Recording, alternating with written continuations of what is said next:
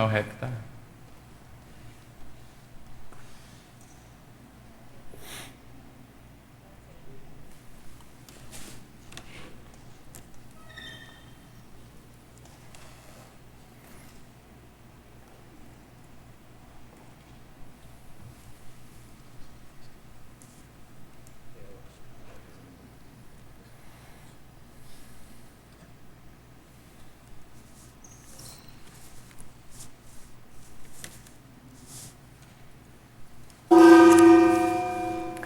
Meu bom dia a todos.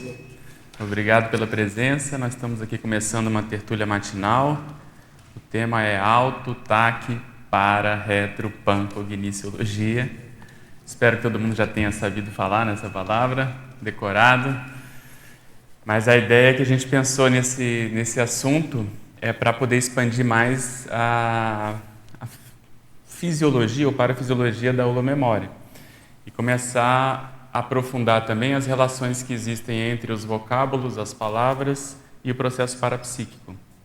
Aqui no nosso caso, especificamente com o processo de passado, mas a gente não vai se deter só a isso, né?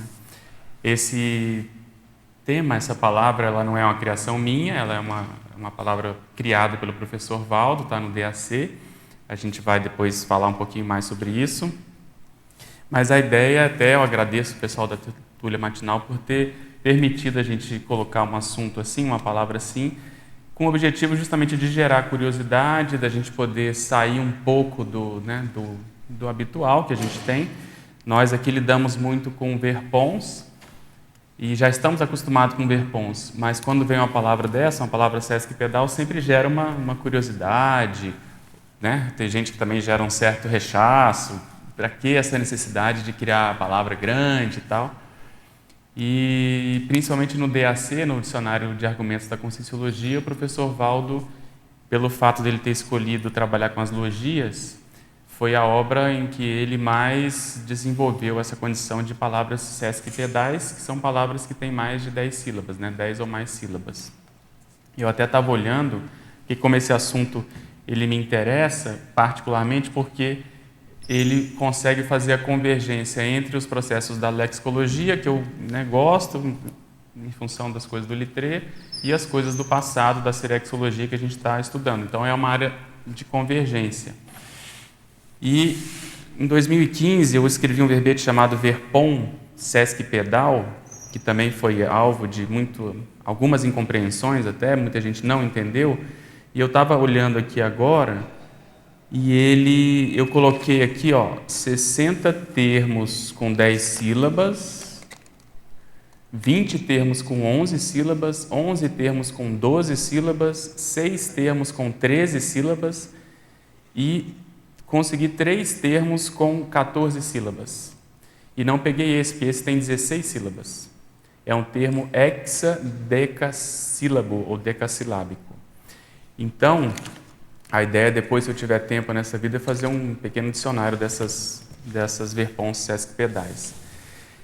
E aí, só para introduzir o assunto, palavras sesc-pedal são essas palavras em que nós vamos agrupando esses morfemas, ou essas partículas, ou esses radicais, e que eles em si já têm um significado. Agora, qual que é uma das grandes vantagens ou interesses que o professor Valdo tinha, que eu tenho particularmente também, é porque você começa a aproximar a linguagem humana da linguagem extrafísica, visando chegar no consciência. Mas de que modo isso acontece? Na linguagem extrafísica, principalmente na paratelepatia habitual, mais vamos dizer assim, homeostática, você tende a se comunicar em bloco. As palavras, elas não são ditas de modo sequencial normalmente, né? Dependendo da consciência, isso acontece. Aquelas mais ligadas à paratroposfera ou à dimensão humana, elas têm essa necessidade. Mas numa dimensão até de transição mais tranquila, mais avançada, ou nas comunex mais homeostáticas, o que predomina é a paratelepatia. E para a gente conseguir apreender essas mensagens, a ideia vem em bloco. Então você precisa ter um arcabouço mental, seja cerebral, se você for uma consciência, seja paracerebral, se você for uma consciex, que consiga aprender isso. Então, o exercício que nós fazemos aqui com os neologismos, principalmente esses sesquipedais, é que você está colocando vários significados juntos, né, e mandando essa informação para a pessoa. Então, eu vou abordar nessa tertúlia, eu vou primeiro falar um pouco da forma, para depois a gente entrar mais no conteúdo, do que significa. Vou falar de onde eu tirei essa palavra. A ideia é expandir um pouco aquilo que o professor Valdo fez, não vou me deter especificamente a isso. Então, a gente vai falar um pouquinho mais da forma. Então, o objetivo, eu falei, é ver essas relações do vocábulo, da linguagem especificamente com o parapsiquismo, tá certo? Esse é o nosso objetivo assim, mais subjacente. E falando então da forma. A ideia, então, as verpons causam isso, é promover uma provocação intelectual, quer dizer, é uma palavra que não é habitual, então isso instiga as pessoas, ou elas fogem e não querem saber porque é difícil, ou elas ficam curiosas e vêm debater. Eu acho que esse assunto, ele principalmente é ligado ao fenômeno que nós vamos falar. Ele não é habitual, ele é mais avançado, eu sei disso, eu não domino essa condição. Eu penso que isso é coisa de evoluciólogo, dali para cima, ou pelo menos naquela seara ali, justamente por tratar de questões paracerebrais, a condição visando conscienciês, então já é um nível de manifestação mais avançado. Eu penso também que a gente tem aí 3 anos e pouco da dessoma do professor Valdo, e nós temos o dever de justamente desenvolver algumas ideias que ele deixou, que ele trouxe, que ele não teve tempo de desenvolver. Então, a minha intenção também é nesse aspecto de começar a pegar, a gente já faz isso, né? Várias pessoas fazem isso, de pegar alguns assuntos e tentar desenvolver na medida da nossa experiência. Se der tempo também eu vou colocar algumas experiências que eu tive que embasam, ou pelo menos ajudam a tentar entender essa realidade aí que a gente está chamando da auto-para, TAC, retro, pancogniciologia. Então, essa palavra, como eu disse, ela é uma interseção entre os estudos da serexologia e da lexicologia. Ela tem 35 letras, não sei se vocês contaram, 16 sílabas, como eu comentei, e 7 prefixos. Então, são 7 campos semânticos que se juntam numa palavra só, e quando você vai destrinchar ou tentar entender esse fenômeno, você não pode deixar nada de fora. E aí, desde que a gente começou os estudos da serexologia de modo mais assim institucional, na Consecutivos, a nossa diretriz tem sido ajudar e a gente também desenvolver o pensamento mais analógico, o pensamento mais interseccional, quer dizer, nosso passado ele é muito complexo, a pessoa não foi só, sei lá, da monarquia, ou não foi só isso ou só aquilo. Normalmente são coisas que são muito juntas. E aí, a partir do retrocenha principalmente, a gente desenvolveu uma técnica de interseção de holopensenes para ajudar a pessoa a pensar o que daria em termos de resultado, qual é a síntese de 2 ou 3 holopensenes. Então, quando nós juntamos essas realidades numa palavra só, nós temos que chegar numa realidade além dessas 7 ou 8, ou seja lá quantos campos semânticos tiverem ali. Então, esse raciocínio é que eu acho que lá na frente está o evoluciólogo, porque ele já é assim, ele já pensa assim, ele já consegue fazer isso de um modo mais natural. Então, como eu comentei no início, a interação linguagem para psiquismo. Eu tenho alguns verbetes que eu já me venho batendo com esse assunto. Um deles que eu acho que ajuda, se depois alguém quiser estudar e pegar alguma ideia e ver se tem alguma coisa que possa ajudar, é o tesauro cerebral. Por quê? Para a gente apreender essa realidade, o conjunto dos nossos dicionários cerebrais, que é isso que a gente chama de tesauro cerebral, é que vai fazer essa tradução, é que vai permitir a percepção, a compreensão, fazer essa análise, fazer essa síntese dessas realidades mais avançadas, não só da dimensão humana, mas principalmente naquilo que envolva a multidimensionalidade e, no nosso caso aqui, o processo do passado. Existe um outro verbete chamado Dicionário Cerebral Verponológico, eu trouxe aqui uma cópia também, em que eu já tentava, agora eu não sei onde é que ele vai estar, através dessas palavras Sesc e Pedais, mostrar a importância dessa realidade. Deixa eu ver aqui. Daqui a pouco eu acho. Mas é justamente você, através das palavras, você traduzir como que a consciência se manifesta e como que ela compreende ou apreende essas realidades mais avançadas. Quando nós estamos lidando com um processo extrafísico, além da gente tender a perceber as coisas em bloco, às vezes as realidades vêm através de outras linguagens, de outros símbolos, através principalmente de imagens. Então, extrafisicamente, existe muito processo parapictográfico. E aí é interessante porque é como se fosse uma linguagem do paracérebro, ou das energias, ou daquele holopensene que se forma, e o modo como a consciência interpreta isso, o modo como ela recebe essa imagem, vai depender exatamente do que ela já tem de construto no cérebro ou no paracérebro. Então, quanto mais alargado for, quanto mais vasto for, quanto mais poliglótico for, quanto mais cultura ela tiver, ela vai conseguir traduzir isso da melhor forma. Então, o Alexandre está me dando aqui o dicionário cerebral verponológico, que eu coloco aqui o seguinte, considerando a cerebrologia, as ideias veiculadas pelas palavras promovem reflexões conscienciais, que é o que a gente falou. A palavra chama atenção, você vai pensar mais sobre isso. Quanto mais avançados os conceitos, mais profundas tendem a ser as excogitações, quer dizer, o trabalho cerebral promovido pelas consciências.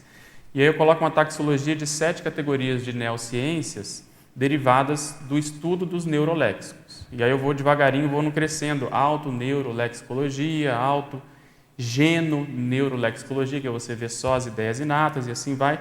Mas a última delas é exatamente auto-transverpono-neurolexicologia. Quer dizer, todos nós aqui, se formos olhar, você pode separar na sua cabeça, no seu dicionário cerebral, quais são aquelas transverpons, aquelas verpons mais avançadas, que você considera mais avançada. Por que eu acho isso interessante? Obrigado, Alexandre. Pode repetir isso bem alto? Autotransverpono-neurolexicologia, quer dizer, neuroléxico, dicionário cerebral. Auto da pessoa e transverpons. Por que eu acho isso importante? Porque justamente são essas transverpons, que são as transcendentes, é que vai ajudar a ampliar os limites da nossa cognição. Essas transverpons, elas que fazem a pessoa pensar mais, primeiro, de modo teórico, quer dizer, o que é uma transafetividade, um processo da pré-mãe, a própria OFIEX. Então, isso, a pessoa ela não tem experiência, mas a teoria, o conhecimento, a cognição, começa a fazer com que ela crie sinapse.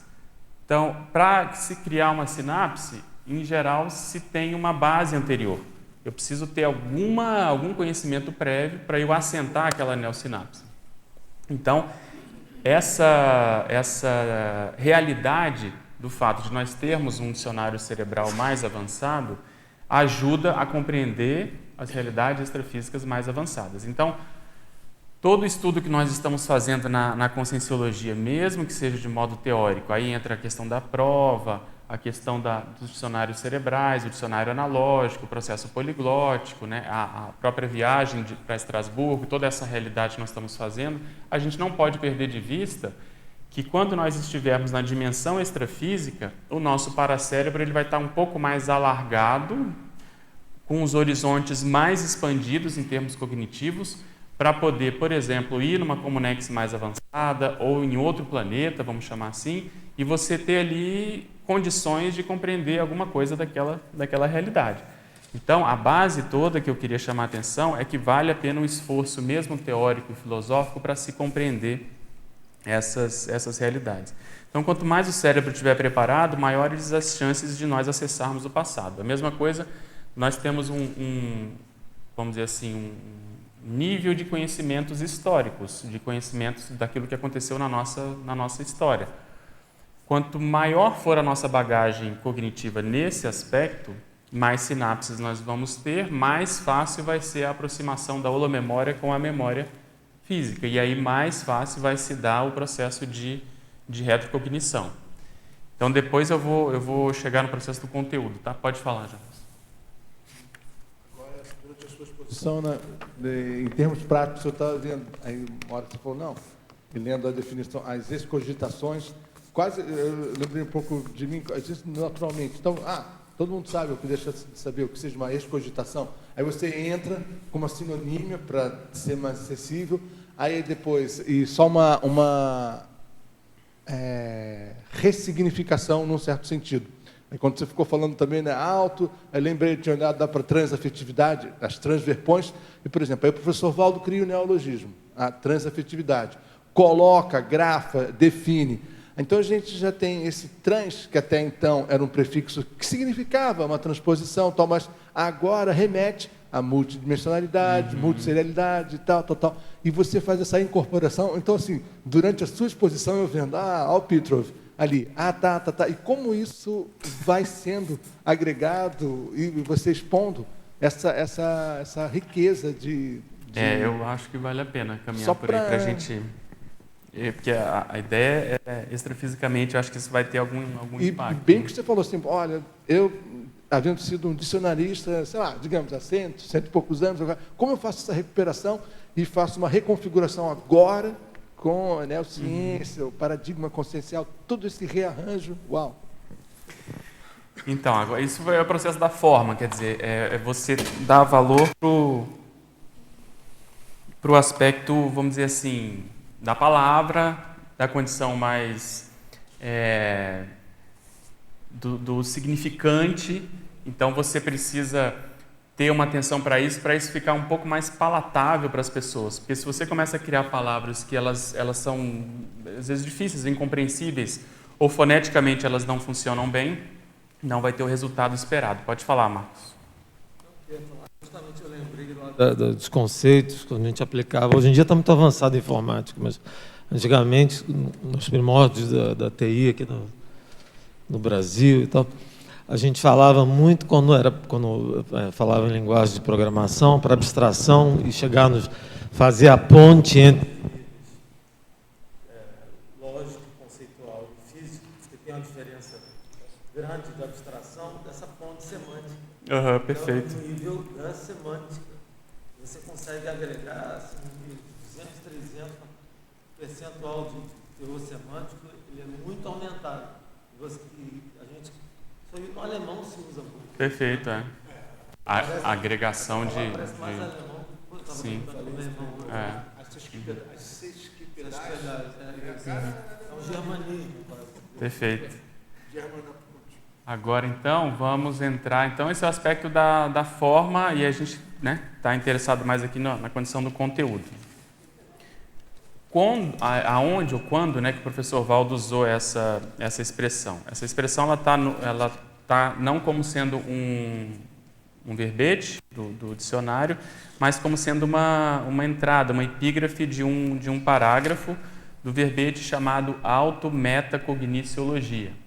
Então, para a gente entender por que ele usou essa palavra do DAC, eu vou falar alguns pontos aqui principais desse verbete, tá? Para a gente poder ter tempo de aprofundar no fenômeno em si.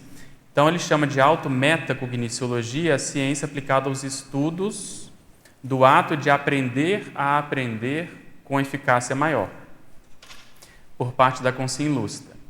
Então, é você aprender a aprender e você aprender a aprender com você mesmo. Por isso a condição do auto.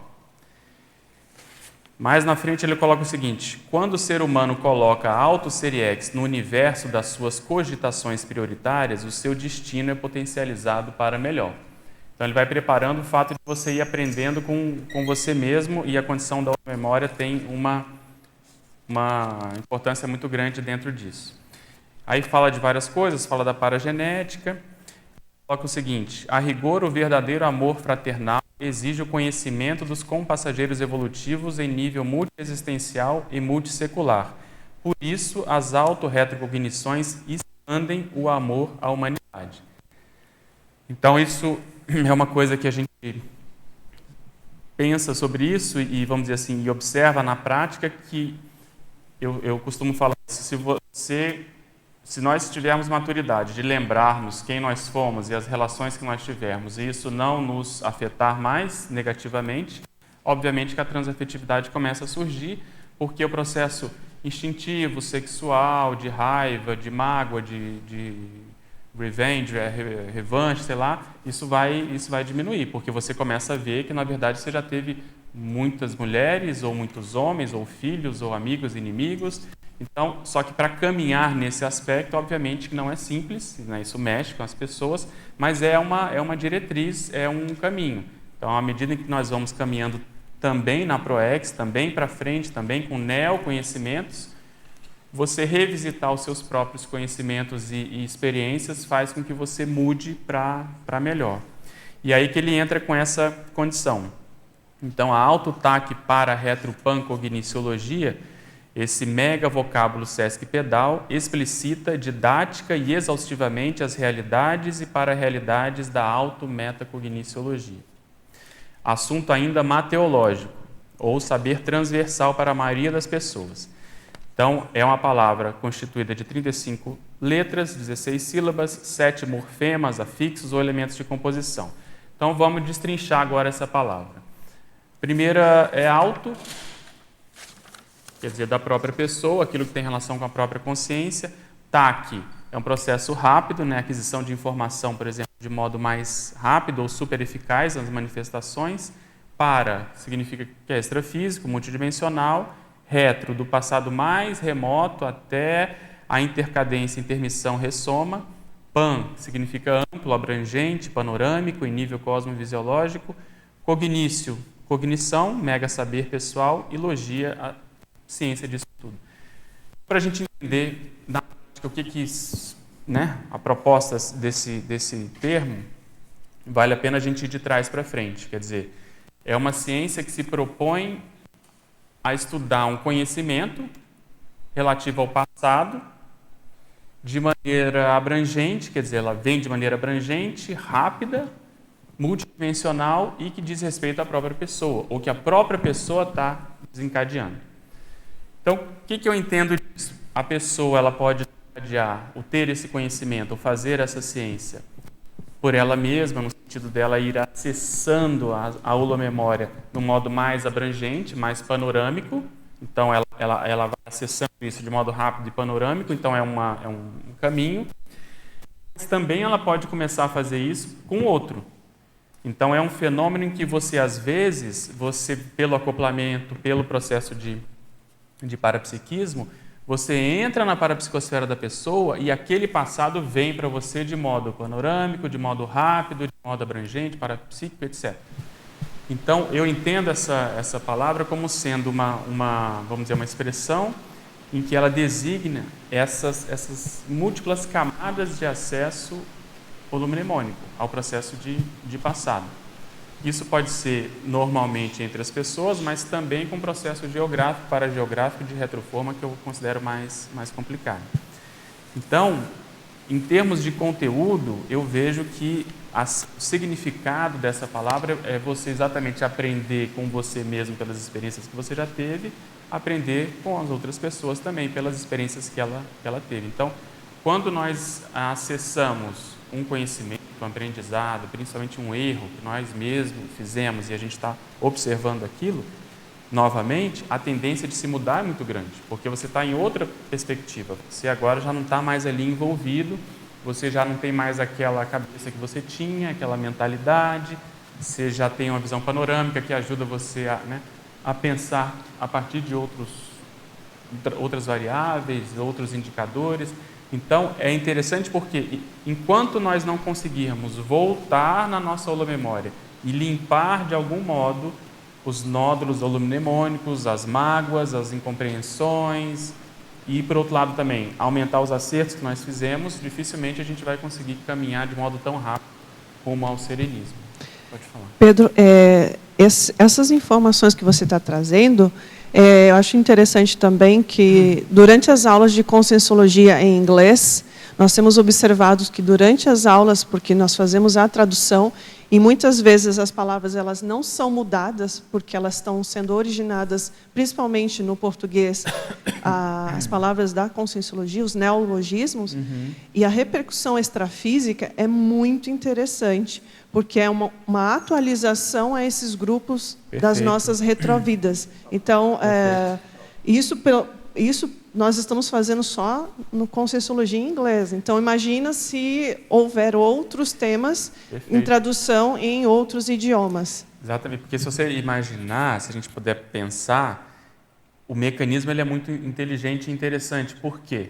Em termos cerebrais e paracerebrais, a pessoa ela tem alguma estrutura na cabeça dela daquela realidade. Então, chega o neologismo e quando a pessoa ela começa a ter contato com o neologismo, cerebralmente, aquilo já vai para aquela mesma área daquele significado, só que com uma outra roupagem.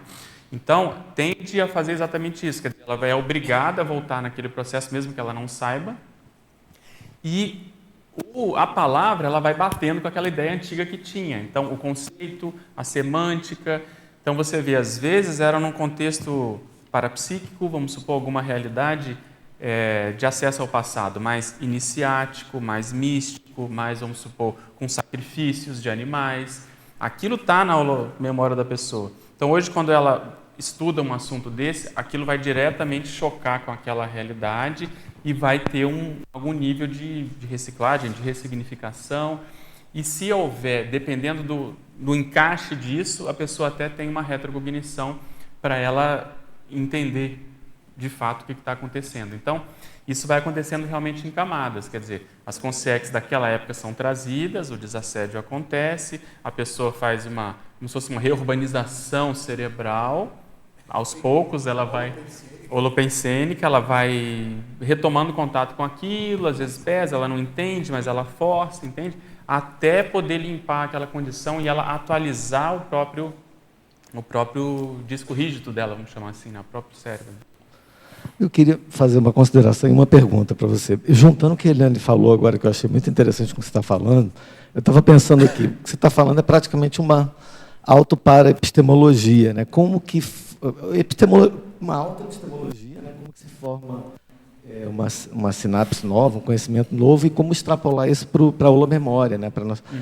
E isso que ela falou é verdade. Lá nas aulas de inglês, parece que já tem vários conceitos que a gente está invertendo. Pega um conceito até com os prefixos em português e extrapola para o inglês já com aquela semântica que você já criou uma base, né? E o interessante disso que é a contrapartida da recuperação de Kohn, né? Que é você ajudar a formar a sinapse cerebral, é uma inversão, né? Para você acrescentar no seu paratesaurus, assim, que você vai levar aquilo você vai levar aquilo para sempre, né? Agora, a minha pergunta seria o seguinte, cara: se nessa autoepistemologia, assim, você acrescentar, fazer uma palavra desse tamanho, você acha importante, já para comunicar para os outros, eu queria que você relacionasse isso com a locução, que é você ter mais de uma palavra também, que também agrega, assim. Você acha que as duas têm a sua aplicação, ou para a própria pessoa seria mais interessante a palavra agregar isso numa palavra? Não, eu acho que uma coisa que manda aí é o processo funcional. Então, nós temos que lembrar desse processo assistencial, pedagógico, funcional. Então, dependendo do objetivo, você quer causar um impacto, e aí você cria, às vezes, uma palavra SESC-pedal, né, condensada, é um objetivo, mas, às vezes, em termos assistenciais, você pode decompor essa palavra em duas ou três, né, outras expressões, uma locução, para aquilo ser uma ponte, aquilo fluir mais. O que eu gosto muito de fazer, né, não que eu esteja no nível do professor Valdo, mas às vezes, quando eu sei que eu botei uma coisa muito ou condensada ou muito explicada, depois eu tento vir com a síntese entre parênteses, ou de uma logia, ou de uma palavra SESC-pedal, para a pessoa entender que são coisas relacionadas e que tem a ver. Então, eu vejo que o que manda mais é o público, quer dizer, para quem que você quer fazer isso, como que você maneja essa condição. Você acha, então, que são complementares, elas Total, coexistem bem, têm funções coexistem de... e talvez até a SESC Pedal seja exceção nesse processo, entende? Então, é mais para a gente treinar essa apreensibilidade maior. E bem o que você expôs, em termos práticos, o seu público a ser assistido, digamos assim, uma maioria, né, considerável ainda não desenvolveu esse traquejo Você com tem que palavras. dar a mão para a pessoa. Cada um teve uma aula de biografia, alguns puderam chegar mais perto de cultura, tendo tais e tais existências. Aqueles que ainda não tiveram, então, por exemplo, agora, na presente, né, existência intrafísica, isso é auxílio, isso é TARES. Você chegar com uma palavra colossal, né, que é outro termo para sesquipedal, nossa, mas o que é isso? E você decompô-la, é o princípio de organização do tempo, né? Bytes. Como é que é famoso, né? Todo mundo já ouviu. Como é que se come um elefante?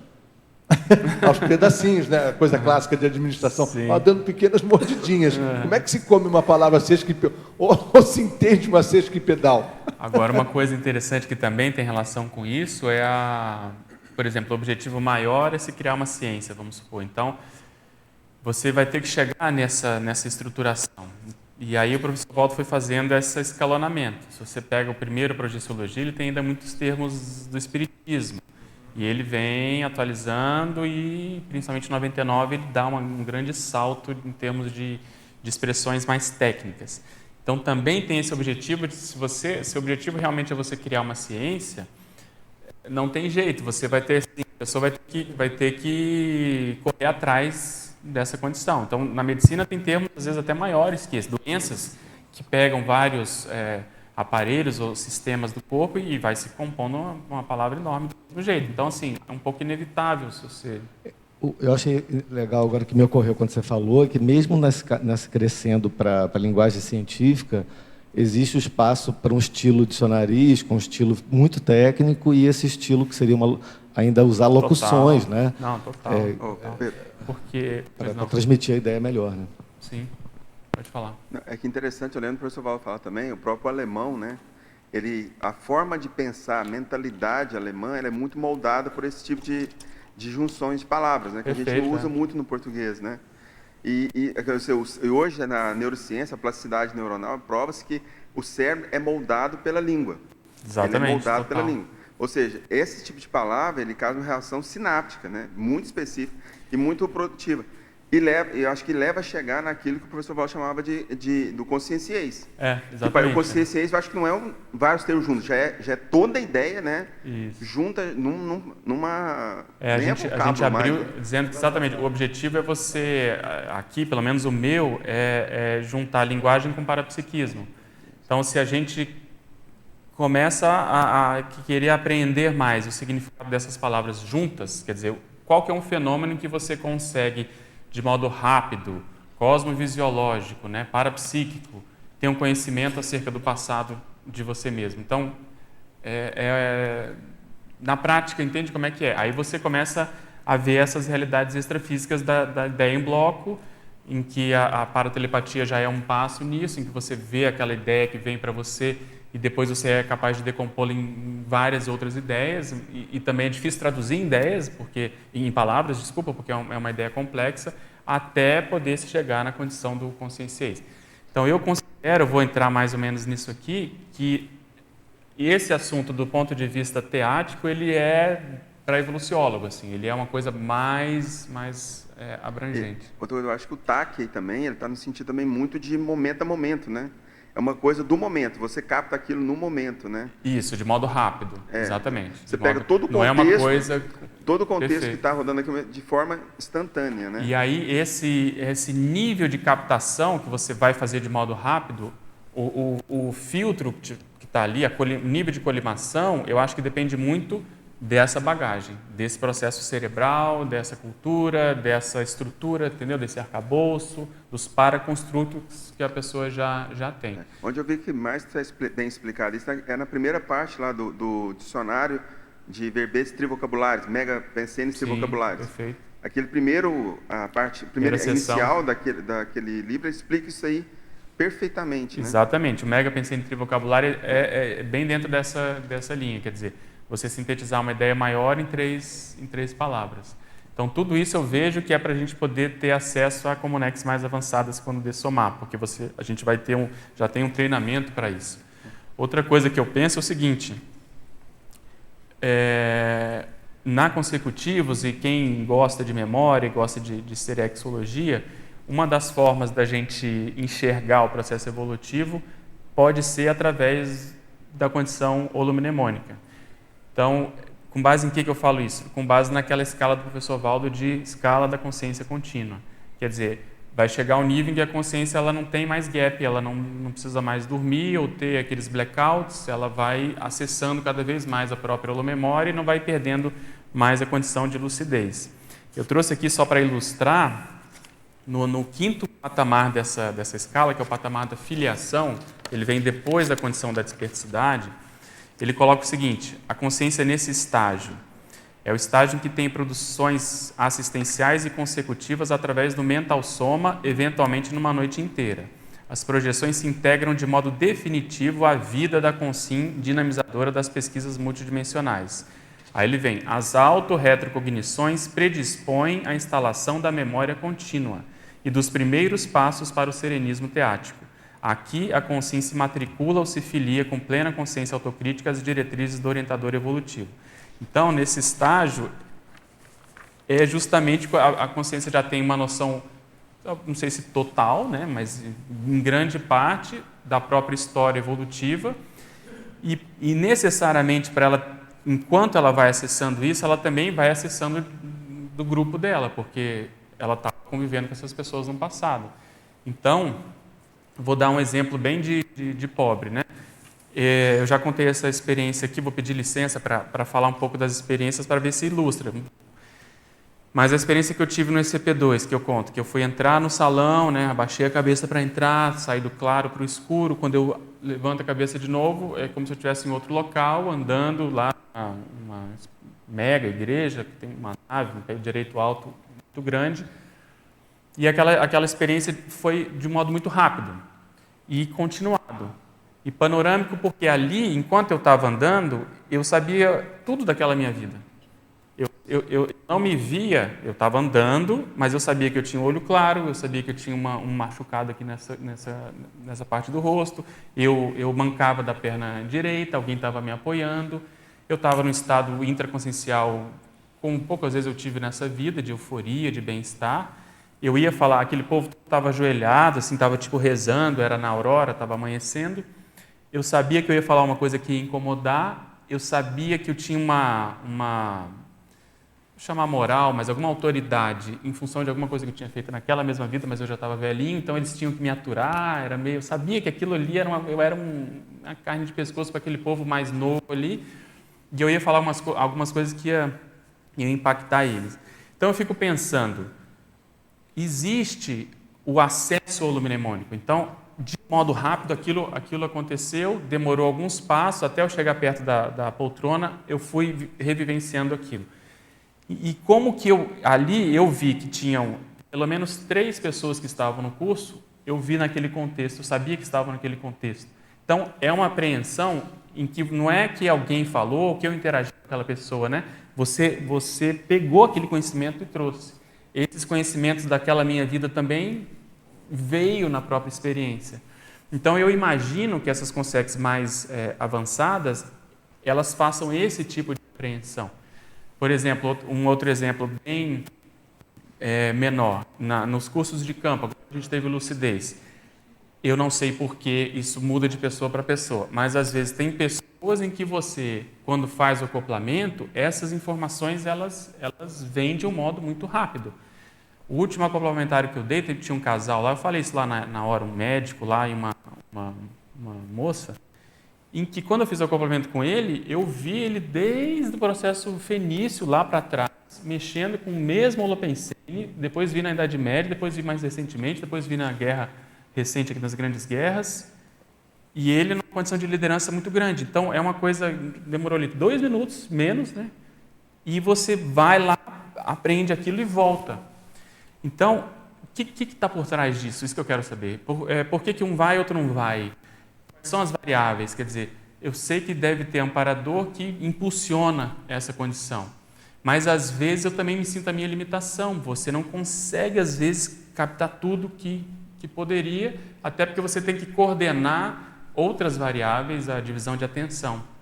Então, eu fico imaginando o evoluciólogo, ele deve chegar e esses filmes, né, se ele já não sabe, mas essa novela deve passar para ele aquilo que interessa. Porque aquela cena, entende? Não outras. É isso que eu queria mais ou menos entender. Estava até comentando aqui que tem um verbete que é aquele pangrafia grupocármica. Perfeito, é isso aí. Esse acho que é a técnica disso aí, né? Exatamente. Aqui, ó, eu botei aqui no mega calibragem interconsciencial, quando eu comecei a estudar a retrocognição, você pode acessar essa holomemória em diversos níveis. Eu fiz um processo meio crescendo, difícil você fazer, mas você pode ter uma intuição, que é uma coisa muito superficial até certo ponto, que aquilo vem e você tem que fundamentar. Você pode ter um processo impressivo, retrocognitivo, pode ter uma inspiração direta de um amparador, pode ter um dejaísmo, pode ter uma psicometria, uma clarividência, que você já começa aí sim a ter uma substancialidade maior, uma projeção, você está fora do corpo e você acessa o passado, a condição de sincronicidade, a pangrafia, que aí já é vários fenômenos acontecendo ao mesmo tempo, que eu já tive uma coisa que eu classifico como uma pangrafia, em que você está numa situação como essa, quer dizer, eu sei que não é meu, é num contexto assistencial, que tem amparo, etc., um extrapolacionismo, em que você começa a ver uma consciência reclamando daquela consim, e aí nesse processo de reclamação a retrocognição vem porque ela está pé da vida com aquela vida lá dos Estados Unidos, não sei o que lá. E no final eu acho que tem um processo de cosmoconsciência retrocognitiva. Então, a cosmoconsciência, a consciência sai de si para o cosmos. Deve existir algum fenômeno em que ela vai para o microcosmos dela e ela tem um acesso maior a essa realidade. Então, em termos de analogia, talvez a holomemória a gente possa considerar como se fosse uma holoteca, uma mega holoteca, ou como se fosse um cosmos que a consciência vivenciou ali e que ela pode ter esses acessos mais assim avantajados, mais abrangentes, mais, sabe, acachapantes. Tanto é assim que os acessos são assim esporádicos, eles são diferenciados. Existe o acesso o tempo todo, eu acho. Quer dizer, inconscientemente a holomemória está funcionando para a gente funcionar como nós somos, a gente é assim, tem um temperamento, tem tudo isso. Mas em termos conscientes, em termos de parafenômeno, eu acho que a gente adentra essa seara. E aí tem uma coisa importante que eu vejo também nos cursos, às vezes as pessoas confundem os fenômenos em si. Então a gente faz assessoria na executivos, dá os cursos, a pessoa fala, eu tive uma clara audiência e me veio esse nome, um nome histórico. Aí eu pergunto para a pessoa, mas essa clareaudiência foi uma voz masculina ou feminina? Como é que foi? Não, me veio esse nome. Então isso não é clareaudiência, né? Clareaudiência é um fenômeno em que você ouve exatamente, você escuta a voz da consciência na sua cabeça. E então pode ser uma inspiração, pode ser uma intuição, mas temos que ter cuidado porque a pessoa às vezes já parte daquilo como sendo um pressuposto factual ou parafactual, uma coisa muito concreta. Pode ser telepatia, mas nós temos que ir devagar com isso, porque toda a pesquisa, por exemplo, dessa pessoa que eu estou me referindo, era baseada nessas clareaudiências em que a gente foi checar, João Paulo estava lá também, são coisas que surgiram na cabeça da pessoa.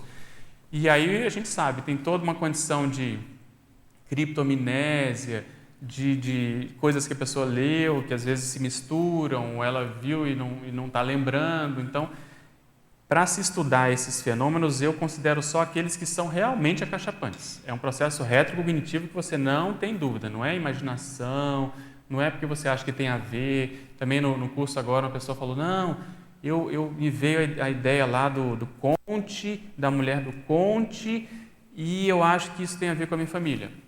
Perfeito, mas eu falei, você precisa embasar mais isso, tem que ter retrocognição, tem que ver, ou pelo menos tem que ter uma condição mais assim substanciosa para você poder começar a fazer essas inferências. Então, é uma seara muito delicada, porque a tendência do ser humano é querer comprovar para ontem, ou querer passar pelo fenômeno, então é querer ter certeza, então precisa ir com calma. E eu, na minha experiência, assim, quanto menos eu tenho a intenção, a pretensão, mais as coisas acontecem. Quando eu já vou com alguma ideia ou expectativa, não não tem, assim, não rola nada. Pode falar. Eu acho interessante que você falou o processo do microcosmos ser uma pseudo-parapsicoteca. Eu penso bastante nisso, porque eu acho que a parapsicoteca, às vezes, é uma necessidade de plasmar um ambiente, mas essa informação ela já está na consciencialidade de cada pessoa. Perfeito. Né? E, assim, até que ponto a parapsicoteca ela existe por uma necessidade intrafísica ou do nível evolutivo... Intraconsciencial. Intraconsciencial, exatamente.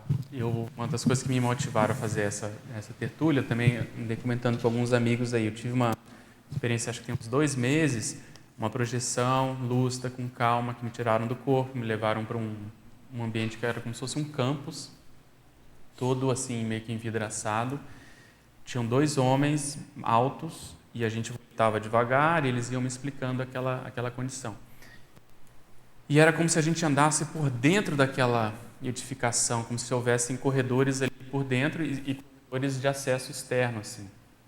E aí eles quiseram me levar, pelo que eu entendi, né, se eu entendi bem, num ambiente que a gente estava passando por um corredor e eles pararam e falaram, olha, aqui seria bom você prestar atenção nisso. E aí eu olhei, era tudo envidraçado, tinha uma espécie de poltrona com uma consciência deitada lá e distante assim era uma espécie de laboratório e tinha uma pessoa mexendo num monitor e havia uma conexão. E pelo que eu entendi, eles conseguiam ver as memórias daquela consciência ali naquele monitor e de algum modo tratar isso ou mostrar para ela, ou aquilo ia ficar gravado e ela ia ver, alguma coisa nesse sentido. Então, veja bem, se a gente já tem aqui na dimensão humana vários laboratórios de ponta que estão chegando, né, num nível não desse, mas próximo a isso, eu fico imaginando o que não tem do lado de lá e o que é que às vezes eu nem captei. Mas eu acho que a intenção é exatamente essa, quer dizer, você ter laboratório ou paralaboratórios em que você ajude as consciências a superar os próprios traumas, num certo nível, e também fazer preparações proexológicas no outro nível, quer dizer, a consciência já está mais ou menos sadia, mas ela vai agora ter mais assim uma enciclopédia de opções para ela ver e ver como outras consciências saíram com aquela tarefa. Tarefas de liderança, por exemplo, tarefas de, pesquisa.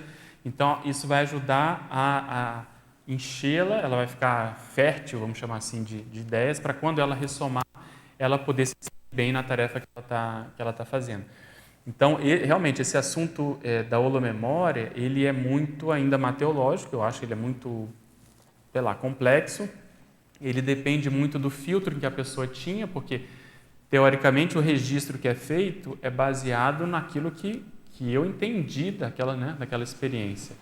Então, tem esse outro lado de você ter que fazer uma reconsolidação, quer dizer, você tem que mexer, como a gente falou antes, mexer naquela sinapse para formar uma coisa mais sutil. Tem um desses verbetes que eu escrevi que eu parto desse princípio, quer dizer, se a gente tem muitas memórias, retromemórias, né? É meio redundante falar isso, mas memórias que eu quero dizer muito antigas, emocionalmente desequilibradas, a consciência aqui ela vai ter essa repercussão. Então, por outro lado, a consciex ou consim já no nível mais tranquilo, de imperturbabilidade, na condição, vamos supor, do desperto mesmo para cima, obviamente predominam as memórias mais tranquilas. Ela pode ter tido muito processo alterado no passado, mas de algum modo ela já revisitou e já acalmou aquilo, já compreendeu, já perdoou. Então aquela memória que antes funcionava como um nódulo, importunando a pessoa, vamos supor, toda vez que ela via aquele algoz, ela tinha alguma alteração. Ela já revisitou aquilo de algum modo, já acalmou e ela já consegue interagir, já consegue assistir, já consegue, conviver com aquela consciência. Então, olhando sob o ponto de vista da holomemória, a FEP talvez tenha esse saldo mnemônico mais positivo no sentido dele tá mais equilibrado, dele já não está mais tão alterado. Quer dizer, aquela energia que está lá naquele para-engrama, ela já está mais estática, ela já está mais equilibrada, a pessoa já não sofre mais com isso. Então, tudo isso vem desse cosmos. Desculpa, tudo isso vem desse cosmos interno, desse microcosmos do ponto de vista da paralotecologia. Né? Posso tirar? Ah, tá bom. Lembra um pouco aquele processo de mistura, areia, alguma coisa na água e tal, aí depois ocorre o processo de precipitação, sedimentação. Decantação. Opa, aqueles grãos, pegando a imagem que você falou já, estão todos bem assentados, está lá no fundo e tal. Perfeito. A ideia é isso, são analogias, né, que a gente faz para tentar entender esse acesso. Né? Aquela mesma ideia do ciclo que o Valdo sempre falava, né, que resume-se a evolução no sentido mais genérico da análise, interpretação, síntese. Né? Você poder reinterpretar a partir de uma análise melhor, com mais elementos, né? E aquilo que eu falei da ponte semântica que a gente estava falando, acaba sendo, né, principalmente quando o processo é alto, e também o processo hétero no esclarecimento, né? Um processo de escada também. Escada semântica, não só uma ponte, né?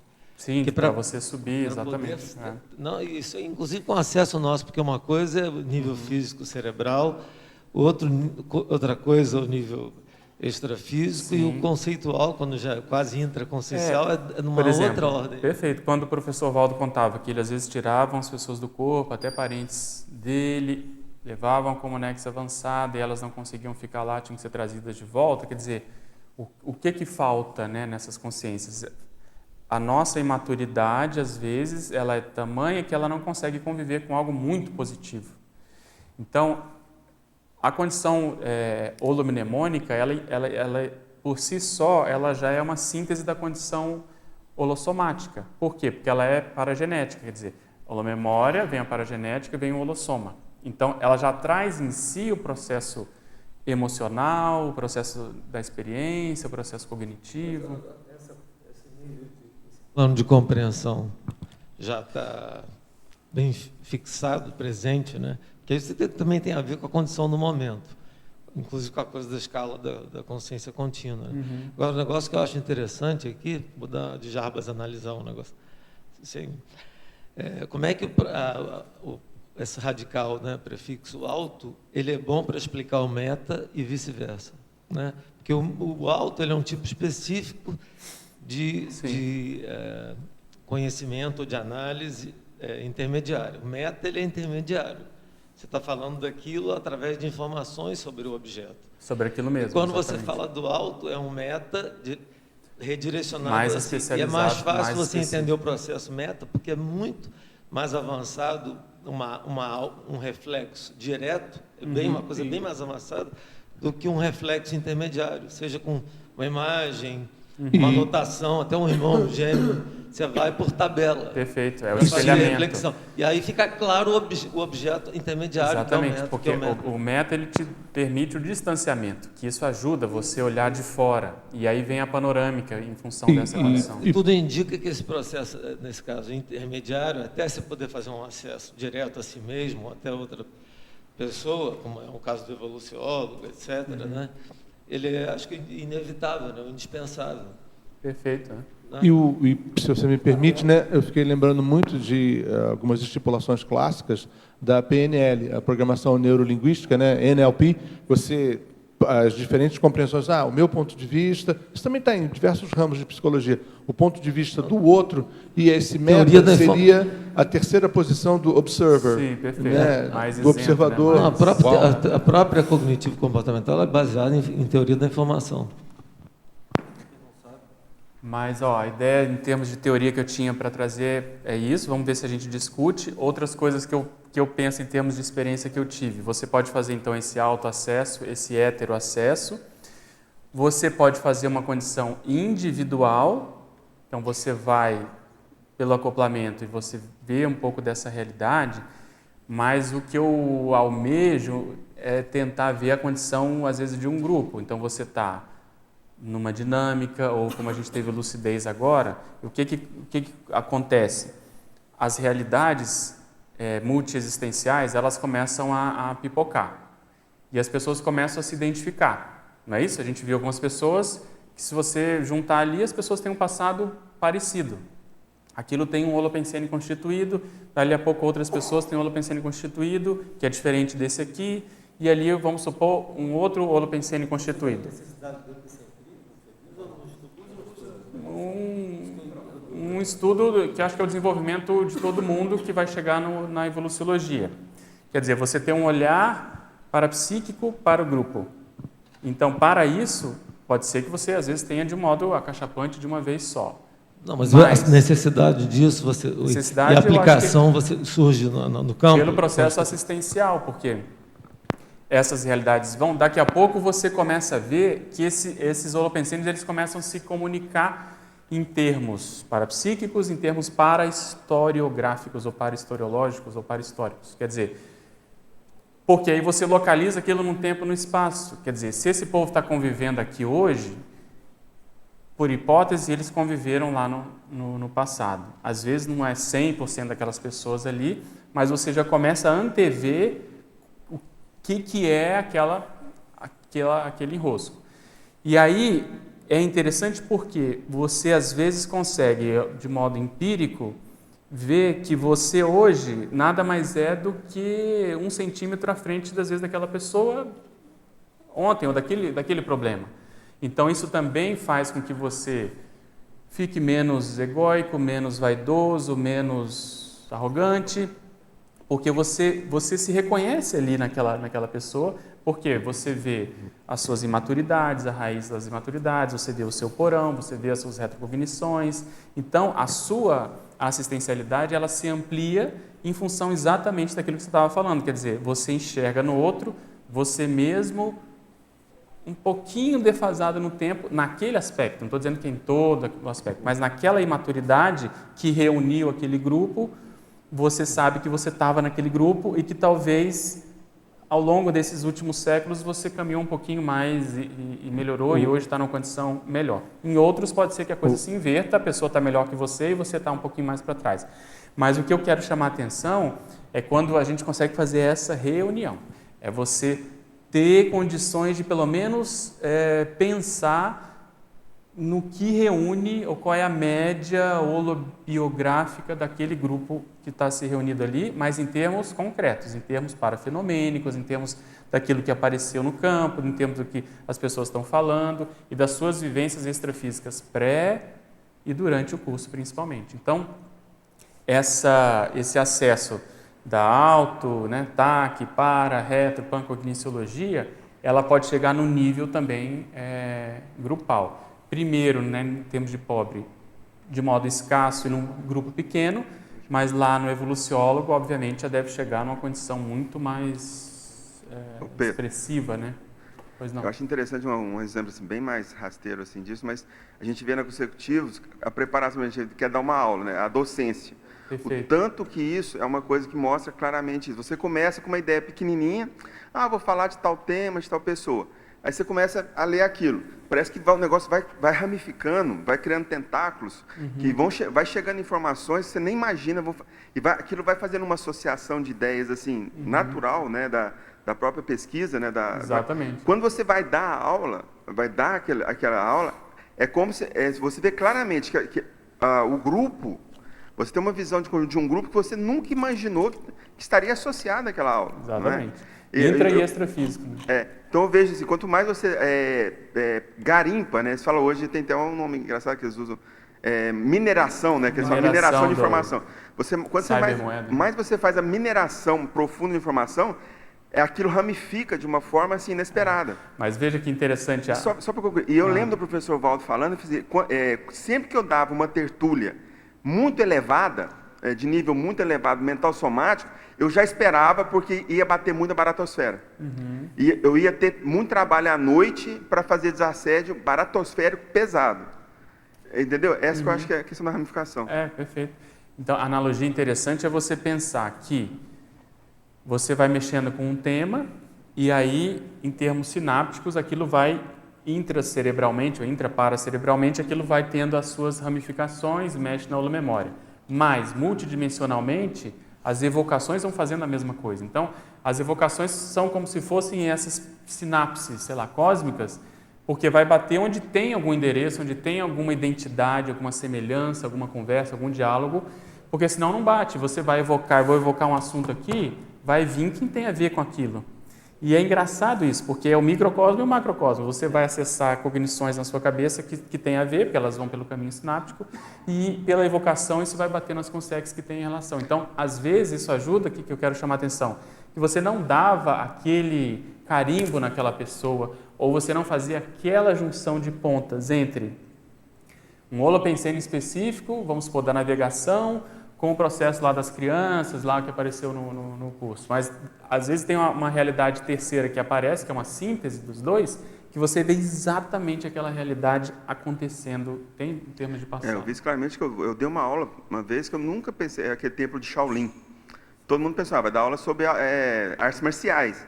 Mas com aquilo ali, eu tive uma visão de conjunto do processo budista e taoísta chinês, que eu nem esperava que ia chegar naquilo. E você tira os seus preconceitos, às vezes, Isso porque que eu tô falando. Você tende a ter um apriorismo, e aí a cognição já ajuda muito a quebrar isso, mas essa cosmovisão que se cria quebra essa visão eu acho que, em termos de técnica, para quem quer chegar nessa visão maior, a docência de original, principalmente, não é só da docência assim, pedagógica, mas assim, de um tema que te seja original, né, para você. Ela é talvez uma das melhores formas, pelo menos, para começar a arranhar, né, a mateologia desse tema, né? E aí você está mexendo na sua holomemória, porque às vezes você ficou com uma coisa mal parada com aquele grupo, com aquela ideia, com aquele holopensene, e você está revendo aquilo, né? E é impressionante o efeito desassediador disso, né? Legal. Justamente porque você sacode aquela coisa parada, né? Pode falar, né? Eu queria voltar um pouquinho num assunto que eu achei bem interessante, quando você estava falando ainda do dicionário cerebral, e aí você trouxe a questão do paraptográfico, né? Que, na verdade, é um arcabouço que muitas vezes está em processo de associação de ideias para a liberação dessa informação que está lá criptografada até certo ponto. Mas como é que a gente consegue cada vez mais ter essa soltura dessas informações, desse nosso próprio arcabouço imagístico até a certo ponto, né, que é uma associação de ideias, a associação de ideias por parte das imagens, né, e que te levam, de fato, a informações relevantes, sejam auto ou hetero informações. Tem muitas coisas aí dentro. Se eu entendi vamos dizer, esse abandono de, às vezes, interpretações mais místicas, não sei se foi esse o termo que você usou, mas quer dizer, você continua usando a linguagem, vamos supor, da imagem, da imagética, da para-imagística, mas no sentido mais, assim, técnico. Quer dizer, você é capaz de pegar a mensagem daquilo e é o que interessa. Você não vai ficar preocupado com a cor. Vamos supor, o Serenão lá, o Quilinha, apareceu o professor Valdo com um unicórnio, né? Uma imagem assim que tem uma gama de significados. Então, aquilo é uma ideia em bloco que vem plasmada naquela imagem extrafísica, mas que ele entende o que ele quer. Sim, essa tradução, dizer. né? Exatamente. Então, aí o que eu vejo? É muita, primeiro, autocrítica, muita leitura e muita querer ir direto ao que interessa, direto aos finalmente. Quer dizer, você ir à mensagem e não ficar na moldura.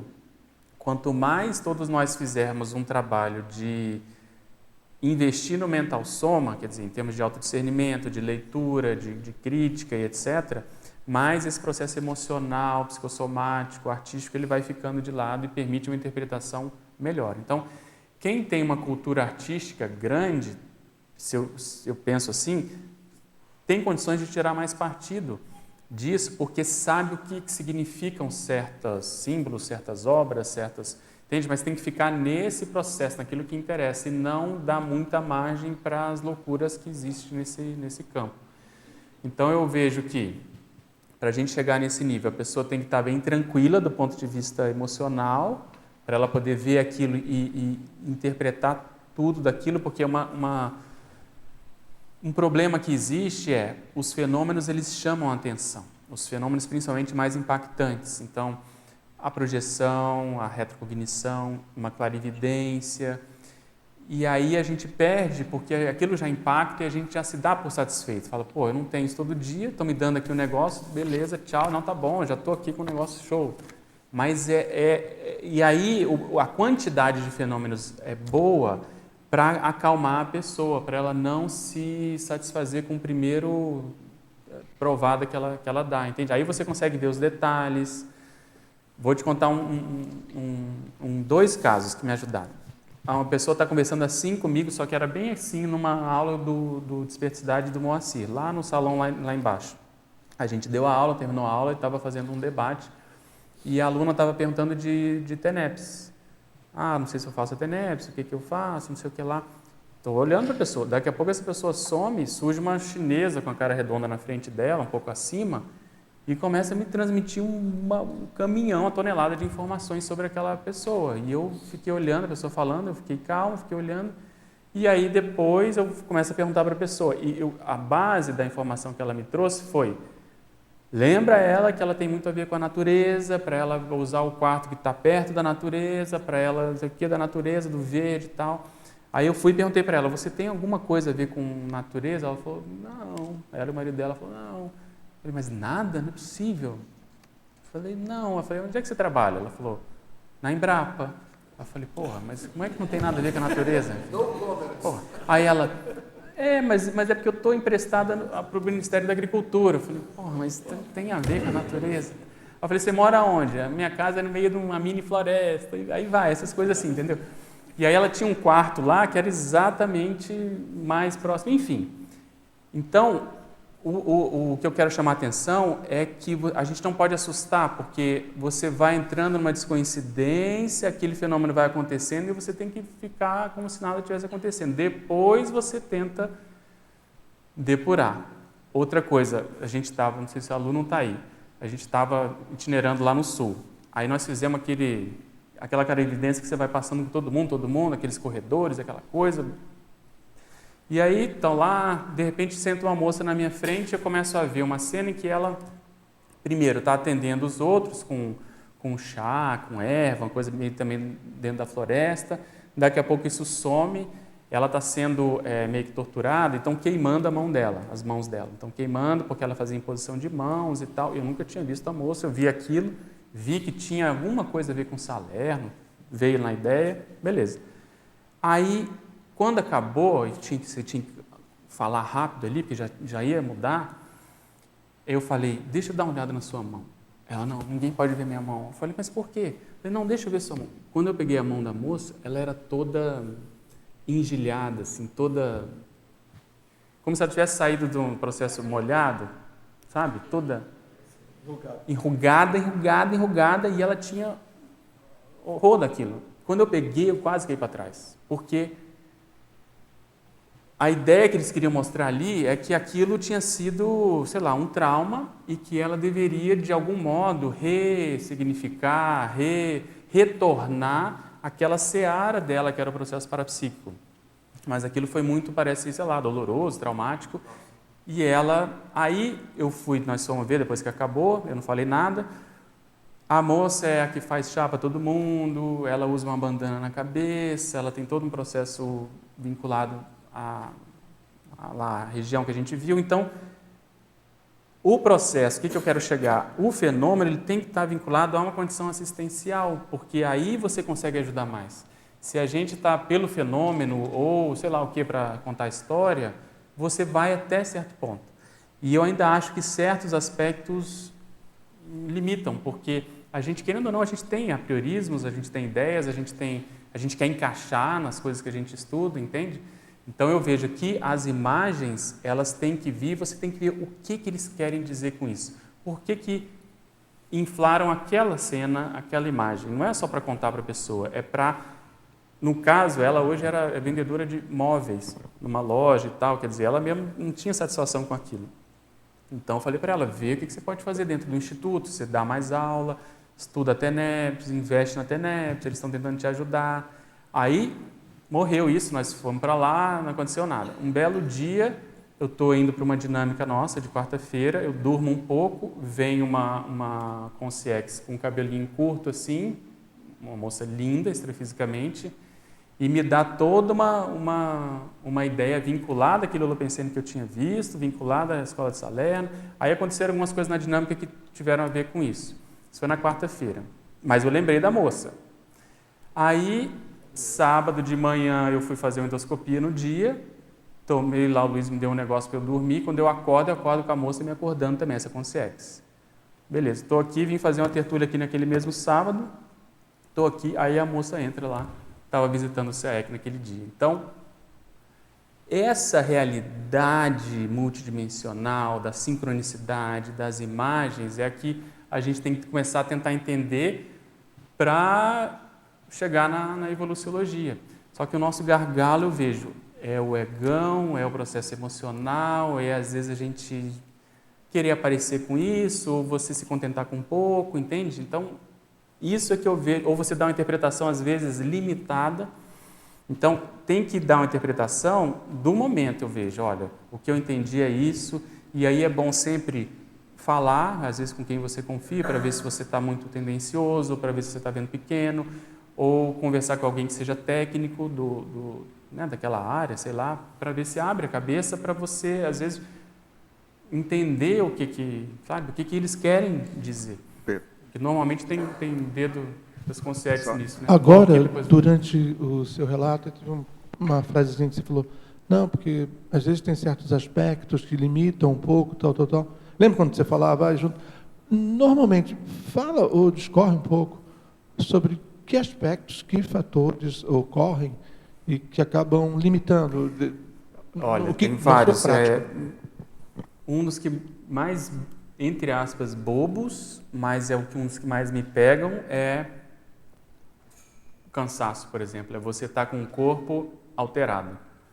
Então, se eu durmo bem, se eu estou com tudo em dia, e olha que eu faço exercício, olha que eu tenho dormido muito melhor, porque o trabalho tem diminuído, mas eu tenho nítida sensação que eu vou para esses cursos ou para alguma coisa assim, eu, às vezes, sou o principal fator limitador.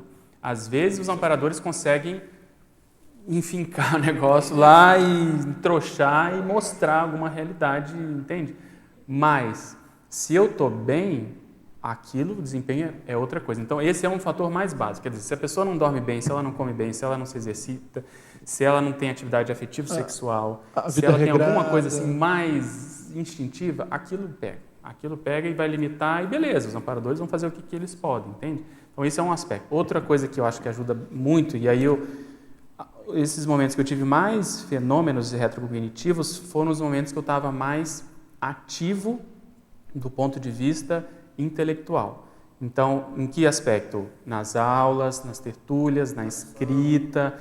Eu tenho a hipótese que quem escreve muito, pensa muito, acaba fazendo uma paradiscoincidência maior da paracabeça. Se a pessoa faz TENEP, se ela mexe com energia, isso... Então, você está mais predisposto. A retrocognição que eu conto aqui, que a gente estava fazendo a mudança, que eu estava vindo com um carrinho lá, o carrinho foi tombar, cheio de pasta que a gente tinha colocado na casa do vizinho, a gente estava mudando para a nossa. Quando aquilo foi cair, que ia tombar tudo, eu me vi numa cena muito antiga, lá num carro de madeira, com as rodas de madeira, carregando pedra e morrendo de medo daquilo tombar, porque eu ia morrer, porque aquilo lá, sei lá, valia alguma coisa. Mas por que aconteceu? Porque eu tinha saído do CIPRO, que é o congresso aqui do Instituto, tinha acabado de dar uma aula, estava cheio de energia, e aí a concomitância do comportamento psicomotriz de ser uma coisa parecida ativou, e aí eu tive a recognição. No limite, o imprinting somático lá e então, perfeito, transposto aqui agora. Isso. E aí a condição da emoção, quer dizer, o medo daquilo tombar. Hoje era porque ia nosso material todo de pesquisa que estava naquelas pastas, iam para a grama, iam para a lama. Lá era o medo de morrer, de algum sofrer, risco de perda. Eu era todo cabeludo, todo suado. O sol era o mesmo, era 40 graus. Eu estava empurrando aquilo aqui a 40 graus. Lá era um sol escaldante. Então, algum local também. Tropical, digamos assim, para não dizer que era... Não sei se era Egito, alguma coisa assim, desértico. Então, eu comentei, o soma, esse processo intelectual mais ativo, algum traquejo parapsíquico, assim, traquejo que eu digo experiência de saber como essas coisas funcionam, e você está vinculado a uma coisa assistencial, quer dizer, você está dando uma aula, você está num curso, você está, enfim, na tertúlia, você está na TENEVS, você tem alguma coisa que justifique uma Consex vir e patrocinar essa condição. Vou te dar um outro exemplo dessa questão de acesso ao lume mnemônico que eu nem consigo fazer. Por exemplo, em 2 oportunidades, uma no ECP2 em que eles estavam atendendo uma pessoa na banqueta que era uma moça. E aí uma Consex feminina queria passar uma mensagem para a moça. E quando essa Consex, ela queria acoplar e falar. E aí eu comecei a ficar, como é que vai ser isso? Falando aqui de voz fina e tal, aquilo me deu um... Aí eles me deram um banho de energia, isso foi em Curitiba, me deram um banho de energia e começaram a pensar na minha cabeça. Lembra de quando você era mulher, lembra, e eu não tinha condição de lembrar daquilo. Eu tentei o máximo, mas não veio, não tive a retrocognição, me predispôs. E olha que você não era o Loche, hein? O Loche não, comigo não. Entendeu? Então, aquilo foi, porque é tudo em cima do taco ali, e eu vi que eles estavam, porque eles não dão ponto sem nó. Isso é outra coisa, você acha que você está fazendo ali assistência e tal. Não é, eles estão atendendo lá, mas eles estão atendendo você também. Então, eles estão mexendo com a sua cabeça, com as suas preconceitos, com as suas ideias esse agora, né, o flash que você citou, que coisa a gente estuda, teoricamente, a consciência não tem sexo. Mas agora eu estou portando o androssoma. É um exemplo de limite. Exatamente. Eu vou falar com... Não, então, no romance, né? Eu, no corpo de homem, eu no corpo a mesma coisa. Eu com uma voz de mulher. Então, veja, nós temos que pensar o seguinte, qual o nível de limitação que eu coloco para os amparadores nesse aspecto assistencial? Então, vamos supor, você está na TENEVS, às vezes vem uma mulher que quer fazer uma incorporação, uma transmissão de energias, às vezes não tem tanto ambiente, ou se o homem é muito machão e ele percebe, porque você percebe nitidamente que tem alguém vindo por trás. Entendeu? Então, se a pessoa ela é muito inculcada com o processo sexual, sei lá o quê, ela vai limitar, ela não vai deixar isso acontecer. Então, aquilo que o professor Valdo falava, o parapsíquico, antes de tudo, homem ou mulher, tem que ser a prostituta do cosmos. Veja bem, por quê? Porque você tem que se abrir, tem que deixar a coisa acontecer, porque não é você, é o trabalho, é quem está ali, eles estão no comando. Exatamente. Então, veja, quantas loucuras nós temos na cabeça que limita a assistência, a entrada. Eu só queria reforçar, assim, para mim, acho que para todos aqui, como foi boa essa sua exposição agora.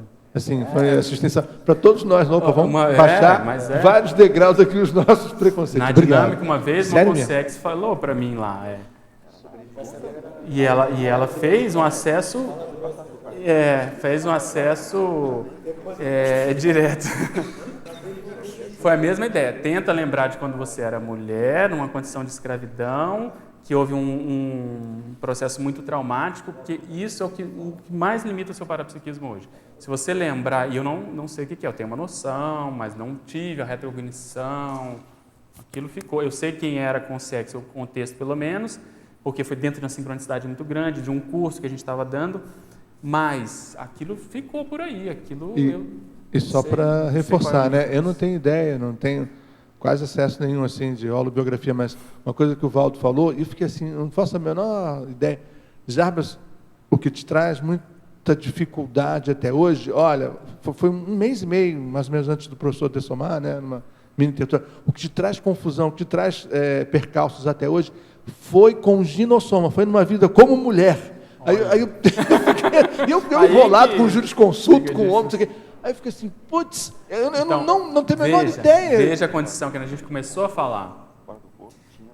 Linguagem e parapsiquismo, quer dizer, estudar as palavras, estudar esse processo cognitivo começa a preparar o cérebro. Então, se a pessoa começa a tentar entender como é o ginossoma na prática, como que é a manifestação, sem machismo, feminismo, sem essas loucuras, você tentar se colocar naquela condição, nas reações hormonais.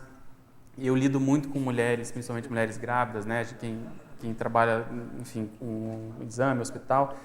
Então, as histórias e as reclamações e as queixas fazem você ver que não é simples, é muito mais crítico no sentido de variáveis, de situações. Então, isso faz com que você aproxime talvez 1 centímetro daquela realidade, mas pelo menos você está tentando acessar aqueles gino-retrocons da guardando uma pequena semelhança, esse eu chamo de bailado hormonal. O processo comunicativo da mulher, em geral, é mais avançado que do homem. Sim. Não estou falando cerebral em si, mas o comunicativo total. A gente tem que aprender. A sua descrição agora, por exemplo, eu tenho um bailado hormonal por causa das variações glicêmicas, procuro me controlar, quem não sabe, eu sou diabético insulino dependente. Mas o bailado hormonal do corpo feminino, uau, né? Vocês, portando dinossauros, sabem.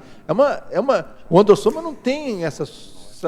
Agora, eu estou lembrando aqui, deixa o Jabas falar, depois eu comento. Fala, já. Não, mas continua essas, porque eu acho que o meu vai sair disso, pode continuar. O meu também vai extrapolar um pouquinho. Eu penso que, voltando naquele exemplo a holomemória, o arcabouço cognitivo, né, que a consciência tem, falando até da consciência, é um fator limitador no sentido de acesso a comunex mais avançadas e vice-versa, quer dizer, a realidade que ela enxerga, ela plasma ali, ela convive com aquilo. Eu penso que esse acesso, a capacidade de tradução dessas realidades, e aí tem a ver com a pergunta da Débora, ela conversa, ela tem muito a ver com a comunex de origem da consim. Porque é uma coisa lógica, quer dizer, a comunex de origem, ela é a homeland, ela é onde a pessoa mais, teoricamente, ficou, onde estão ali as raízes, né, multiexistenciais dela, considerando aquelas mais estáveis, que a consciência ficou mais. Então, esse nível de cognição, de paracognição, tem muito a ver com a comunex.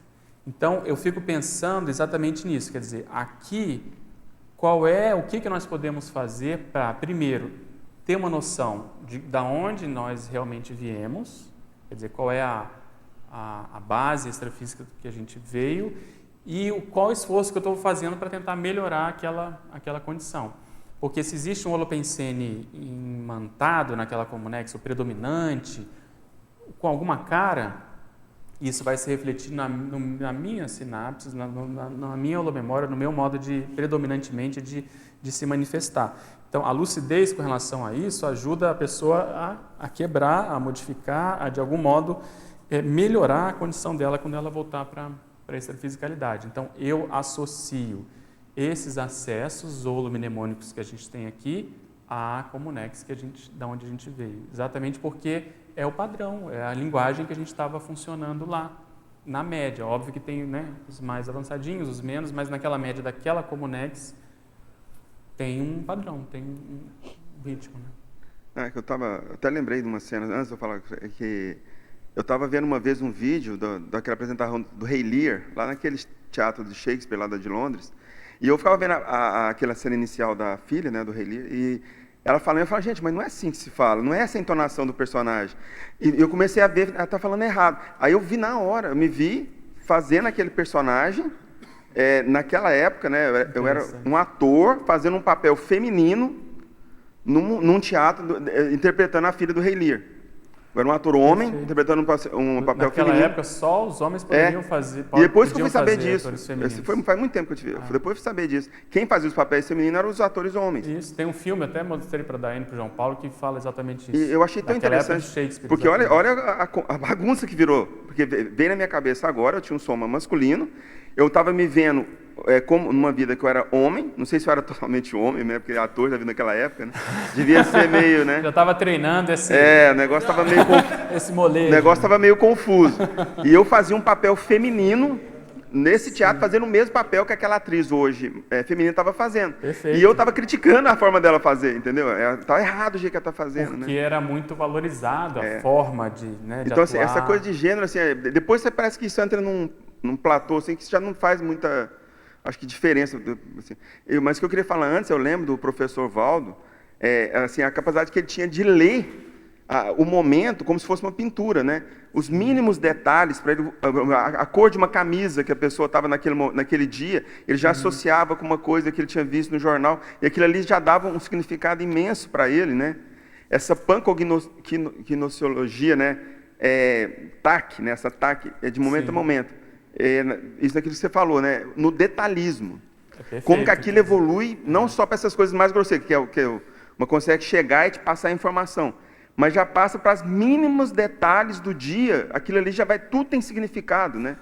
Perfeito. A gente está dando muito enfoque da holomemória do passado, mas isso pode expandir para a realidade multidimensional. Então, essa capacidade de ver padrões de modo rápido e padrões multidimensionais de modo rápido, quer dizer, quem são os consins, quem são os consiex que chegaram, o que se repete, a questão dos números, então as listras, então isso, o interesse, só de ter um interesse nisso já demonstra que a consciência está num outro nível, porque ela tem interesse. Todo mundo está aqui, mas só ele está vendo, né?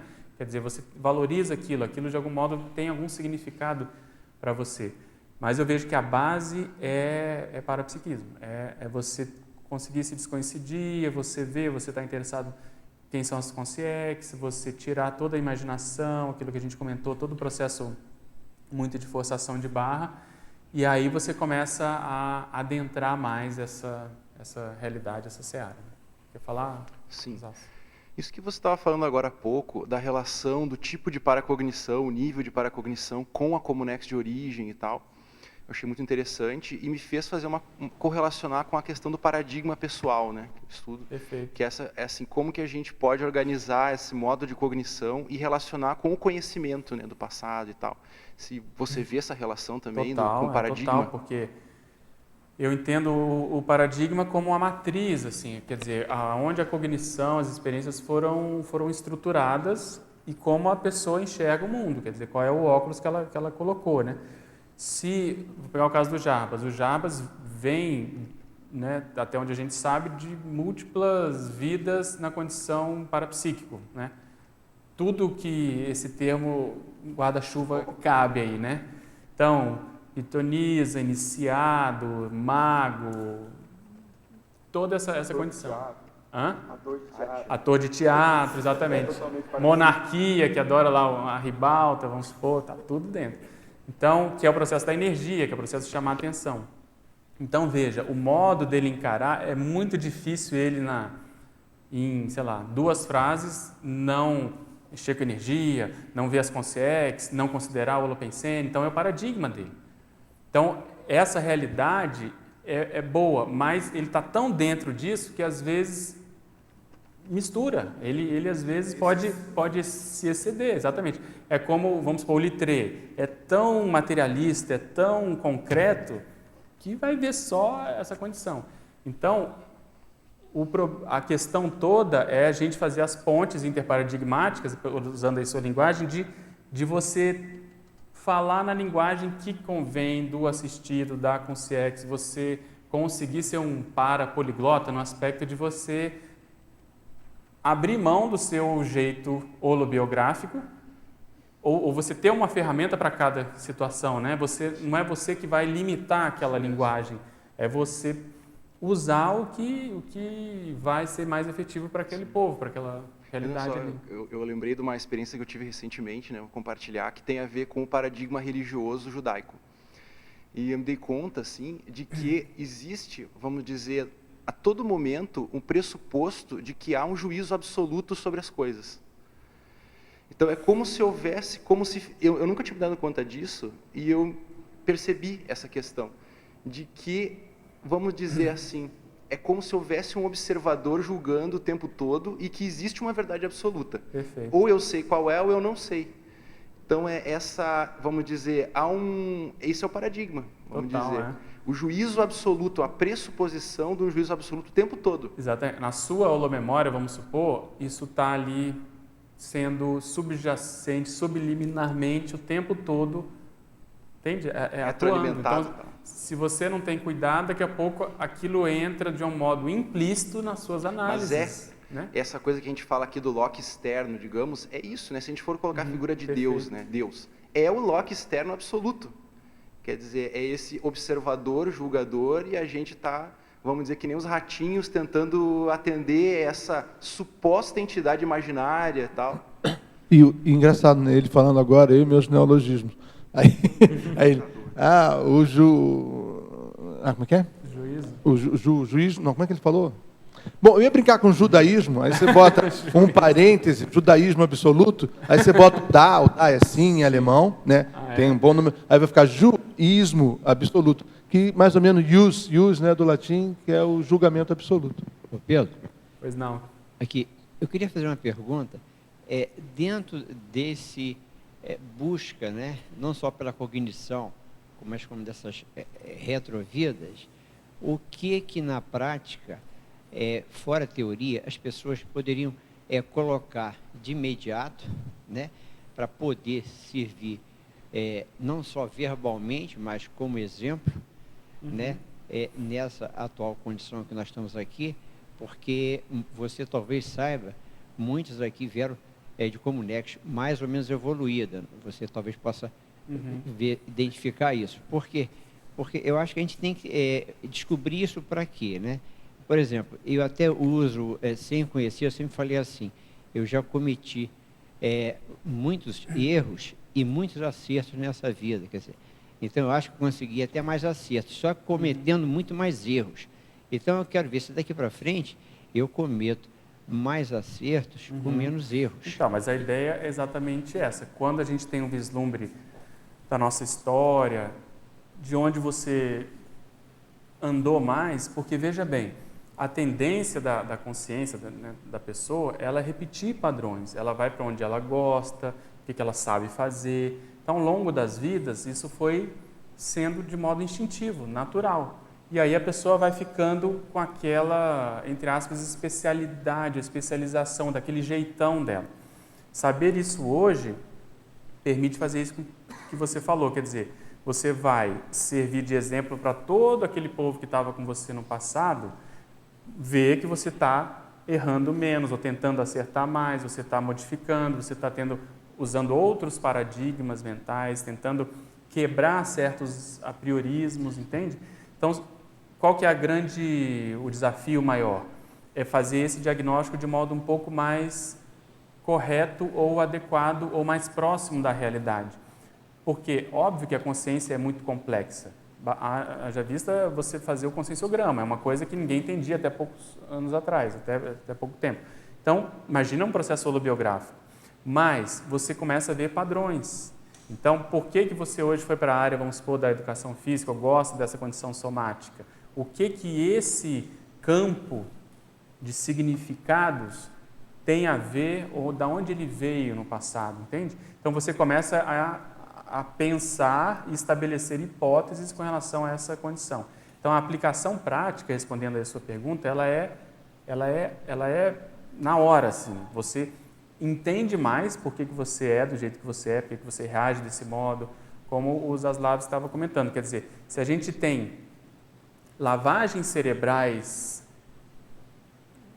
religiosas, lavagens cerebrais bélicas, lavagens cerebrais cientificistas, vamos supor, ou parapsíquicas, isso limita a nossa manifestação. É bom por um lado, ajuda, mas por outro lado também limita, porque a consciência é muito mais do que isso, porque ela vai lidar com consciências de outros idiomas, quer dizer, de outras áreas. Então a gente precisa quebrar essas manifestações. Por isso que eu dou muito valor, né, a conscienciologia é assim, e eu procuro, na medida do possível, fazer isso, é tentar levar as coisas mais ou menos de jeito na conscienciologia. Então eu não posso dizer, eu sou um cara que sei escrever, que eu gosto de escrever, e eu ficar só escrevendo. E esquecer o parapsiquismo, vamos supor, entende? Esquecer o processo assistencial, esquecer a parte afetiva. Tem que levar tudo de jeito. Do mesmo modo inverso. Eu às vezes vejo colegas que são muito bons no parapsiquismo, que viram a cara para a escrita, porque aquilo é uma dificuldade. Então, o que isso reflete em termos evolutivos? Quer dizer, a gente gosta de ficar onde a gente sabe, onde a gente manda, onde a gente tem, sabe, um poder maior. Então, a consciência ela não gosta de se submeter, às vezes, e falar que ela não sabe ou que ela é um aprendiz. Não, eu gosto de ficar onde eu domino mais, então eu vou ficar só aqui. Mas o ideal é você dar o exemplo de abrir os horizontes de manifestação, entende? A experiência mais marcante que eu tive com relação a essa condição de retrovida foi ver 3 ex-colegas meus do passado me vendo numa condição parapsíquica num curso de ECP2 que eu estava em semipossessão lá, benigna com os amparadores. Então eu vi o que isso causou de impacto neles, porque na cabeça deles eu era a antipodia disso, tipo, eles jamais me imaginariam naquela condição. Isso foi o que eu aprendi na época. Um que estava mais para o lado de cá, esquerdo meu, direito deles, ele começou a chorar, aquilo bateu demais. E aí, Consciex, é. Dentro do contexto da maçonaria, então no SCP-2, na sexta-feira, a gente viu uma condição de maçonaria. Quando eu estava no campo do sábado, eles começaram a mandar como se fosse um controle remoto na minha cabeça. Eu olhei para o lado e vi essas Consciex flutuando assim acima, enfim. Mas o que eu quero dizer? O exemplo que a gente está tentando dar, todos nós aqui, de mudança, de renovação. Então, é um período de transição, de convalescência, a gente vai e volta. Todos nós temos bocas tortas aí em diversas áreas. Mas essa tentativa genuína de levar as coisas de jeito do paradigma consciencial, eu vejo que é um dos segredos do sucesso. Porque, às vezes, a pessoa ela não pode só hipertrofiar uma área, que ela já vem e ela é boa, ela tem responsabilidade com aquilo e ela responde por aquilo. Então, vamos supor, o Littré escreveu muito, eu sei que eu preciso escrever muito, mas eu não posso deixar as outras coisas de lado e ficar só escrevendo, entende? Então, tem as prioridades, eu entendo isso, mas essa visão um pouco mais abrangente, eu não consigo deixar de ter isso, eu não consigo ficar quieto, entende? E deixar essas coisas. Outra coisa, o processo de grupalidade, o processo da comunidade, que é difícil se manter porque nós temos milhões de coisas para fazer, mas a pessoa, no passado, nós éramos às vezes muito mais isolados. Uma vez o professor Valdo falou, olha para o Littré na condição dele como uma pessoa mais, assim, que não havia o que hoje há em termos de comunidade de pares para se falar, para se trocar ideias, para fazer isso que a gente está fazendo aqui agora. Então, ele tinha amigos, ele formou uma equipe, sei lá, ele tinha, né, até uma condição, mas era muito mais restrita, ele também era muito mais fechado, entende? Então, você valorizar esses encontros, por isso que eu gosto da tertúlia, para mim é terapêutica, porque eu preciso caminhar para isso. Então, não perder isso de vista ajuda não só ego-karmicamente a pessoa, mas ajuda também os companheiros evolutivos, porque eles têm em você um exemplo, quer dizer, eles estão te acompanhando, eles sabem que não é fácil, eles estão vendo o que você está passando, o que você está priorizando, onde você está caindo, e isso ajuda a calçar a ressoma deles daqui a pouco. Então, não sei se eu te respondi, mas assim, as aplicações são imediatas. Não, realmente, porque fora isso também, eu fazendo um laboratório essa semana, e estava na ideia, falei, já que eu estou aqui, deixa eu tentar acessar a central extrafísica da verdade ou do conhecimento. Aí, na mesma hora, veio a ideia, o que você sabe disso? O que você já leu? Quer dizer, eu falei, caramba, quer dizer, então, porque a pessoa tem mania, né? Você acessa, mas você tem condição, como você falou, de ir numa Comunex evoluída, porque a gente tem mania de querer pegar já tudo pronto, né? Tudo pronto. Quer dizer, então, é igual... Quer dizer, e isso é um defeito, porque isso torna você, né, preguiçoso e, ao mesmo tempo, você achando que as coisas são fáceis. O que você falou aí, outro dia também, o César Gordioli falou o seguinte, que essa vida nossa que nós temos aqui, nós temos que aproveitar, porque de 5 vidas que ele conhecia, essa é que mais tem condições da gente evoluir, trocar ideia. E esse ambiente aqui, né, você poder, né, ouvir o relato de um e de outro, né, não como crítica, mas no sentido assim, poxa, o que eu posso tirar daquela fala de positivo, né? Quer dizer, o que eu falo, quer dizer, então, para mim, eu acho assim, é válido. Quer dizer... Você me fez lembrar, essa condição das consciências que a gente está falando, elas não se limitam às consciências que estão com a Consim ali no momento, acompanhando. Elas têm relação com aquilo que a gente estava comentando também da Comunex.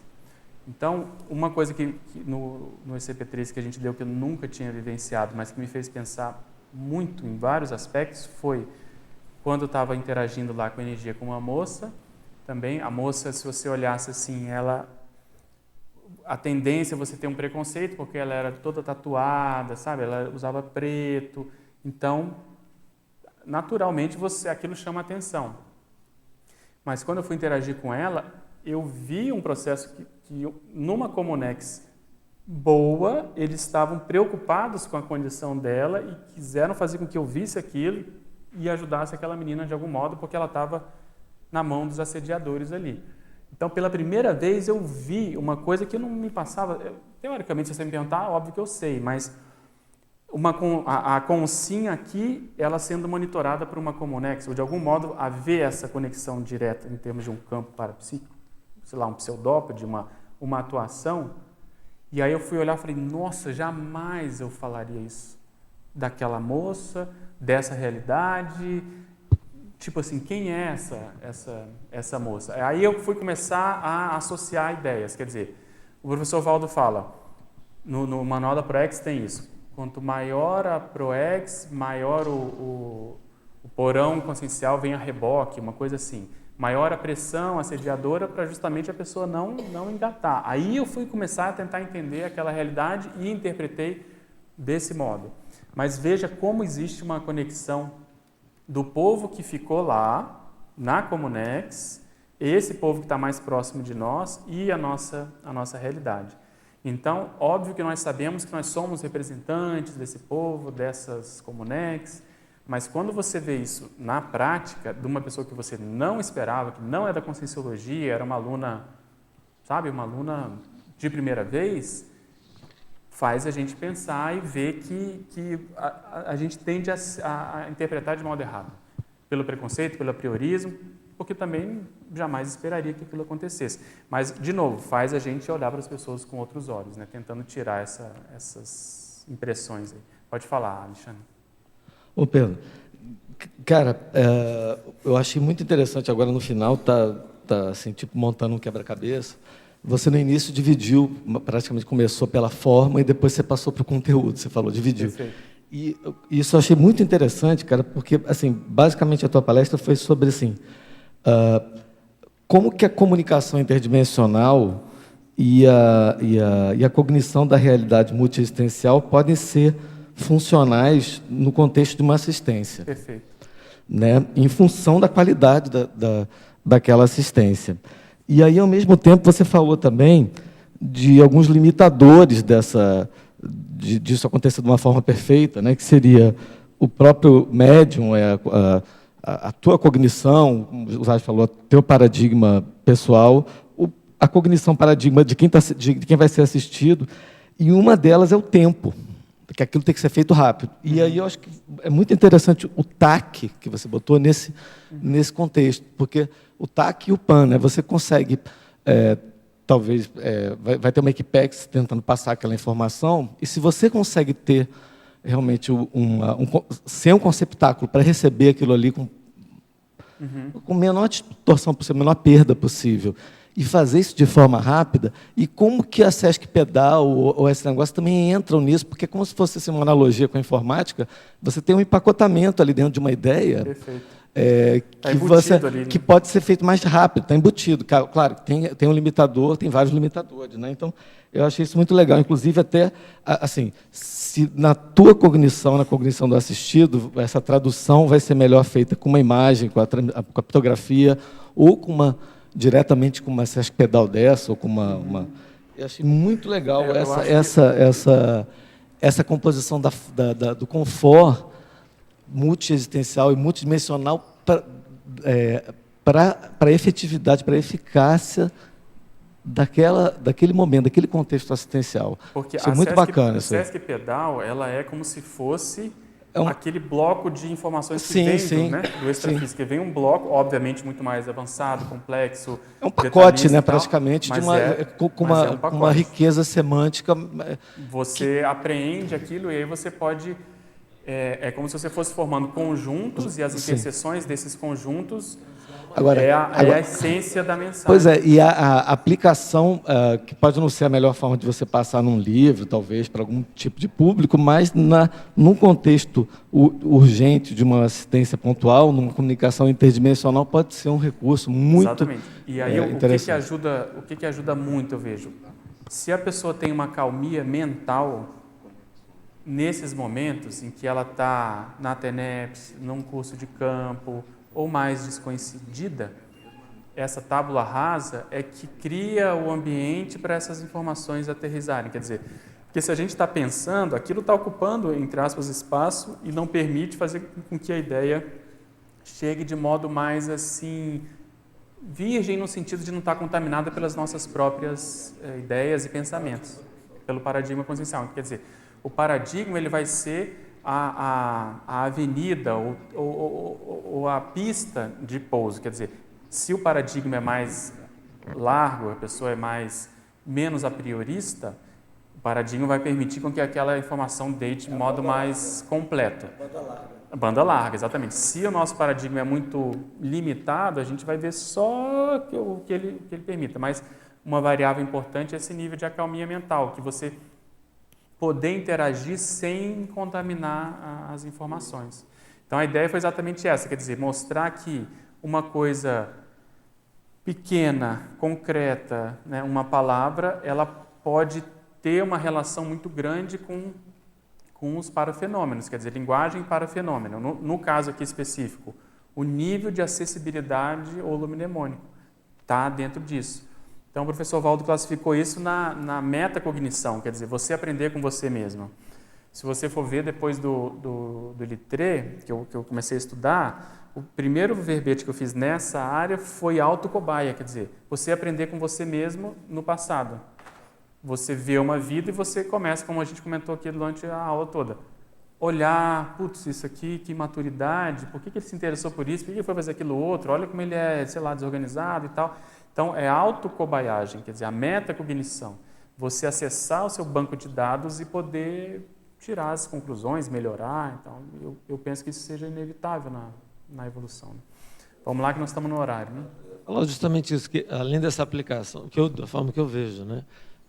Além dessa aplicação prática, que é a mais importante pela utilidade interassistencial, recomposição, uma série de coisas, né? Até trazer transverpons, é que nesse retorno para a própria pessoa, no próprio momento que está se utilizando essa semântica mais forte, conseguindo se entender bem e passar, aplicar resultante desses termos, né? Desses palavrões, vamos dizer assim, que são conceitos, na verdade, às vezes mais complexos, condensados, no caminho sinático, no caminho inverso, ele consegue ajudar na profilaxia, essa técnica, até na terapêutica desses esquemas paradigmáticos pessoais, de tirar as disfunções, que era o que ele estava falando, as disfunções, e tornar mais funcional. Porque, às vezes, o nível conceitual, isso que eu estava dizendo, fazendo comparação com as coisas da informática, mas é como a mente funciona. Ele está além do nível lógico. Você não percebe aquilo, a não ser que você mexa com aquilo no nível de abstração mental. Tem gente que nem olha só, vamos sintetizar isso. O neologismo, quer dizer, a Sesc Pedal, a palavra grandona, tudo e não são neologismo e a automimese. Veja bem. Sim. Então, você por um neologismo, você vai mexer na sua estrutura holomnemônica visando acessar, perceber, para evitar essa automimese ocorrer. Quer dizer, a automimese aqui no lato sensu. Repetir padrões, repetir erros, melhorar o paradigma. Quer dizer, então, isso seria uma síntese do que eu vejo dessa realidade. Tem muitos neologismos que traduzem realidades milenares. O próprio processo da transmigração da alma, da reencarnação, né? Tudo isso é muito antigo. Mas você vê a série X, ela volta nisso e ela vem meio que limpando essa realidade, tentando, pelo menos, né, colocar mais, sei lá, cientificidade, ou mais assistência, ou mais alguma coisa. Não, mas estou dizendo o seguinte, que quando... Ressignificação. Eu estou dizendo justamente isso, porque essa mudança do esquema autoparadigmático, mesmo tendo ferramentas como a conscienciologia, etc., ela é muito complicada. Porque você mexe nos Google Milos do problema do conceito sobre as coisas. Perfeito, porque é a base da manifestação da consciência. Vai mexer no pensene, no modo dela pensenizar, ela vai começar a pensenizar de um modo mais abrangente, mais homeostático e assim por diante. Pessoal, eu queria agradecer bastante a presença de vocês. O palavrão não assustou vocês, achei bom. De algum modo vocês vieram, né, debater e e a gente pôde aqui, acho que, fazer uma riqueza grande de ideias. Na próxima semana, o professor Marcelo Pasculin vai discutir tecnicidade evolutiva dentro da serexologia, talvez tenha até relação um pouco com o que a gente está falando aqui, né? Então, eu gostaria de convidá-los, vai ser no dia 9/9, às 9 horas da manhã, aqui nesse mesmo bate-local. Muito obrigado e até a próxima.